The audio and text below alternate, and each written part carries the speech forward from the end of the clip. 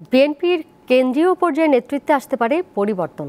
দলটির শীর্ষ নেতারা বলছেন, শুধু আন্দোলনকে ফলপ্রসূ করাই নয়, সাংগঠনিকভাবে দলকে গতিশীল ও শক্তিশালী করতে নেতৃত্বের পরিবর্তন স্বাভাবিক প্রক্রিয়া।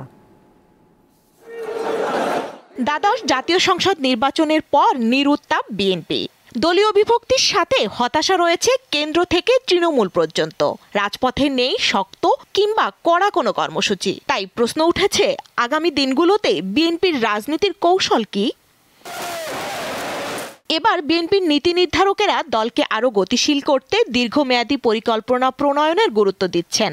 ফলে কেন্দ্রীয় পর্যায়ে নেতৃত্বের পরিবর্তনের পাশাপাশি জাতীয় স্থায়ী কমিটিতেও নতুন মুখ আসতে পারে। তবে দলের মহাসচিব পরিবর্তন নিয়ে নানা গুঞ্জন থাকলেও বাস্তবে তা গ্রহণযোগ্যতা পায়নি।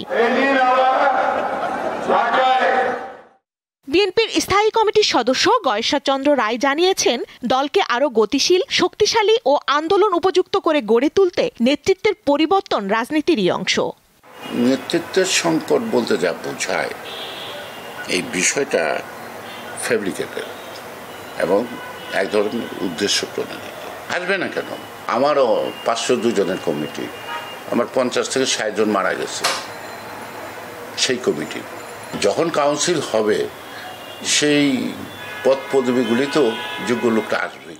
সময়ের বিবর্তনে যে কোনো গণতান্ত্রিক শাসন ব্যবস্থায় নেতৃত্বের পরিবর্তন স্বাভাবিক প্রক্রিয়া বলে মন্তব্য করেন বিএনপির স্থায়ী কমিটির সদস্য মঈন খান।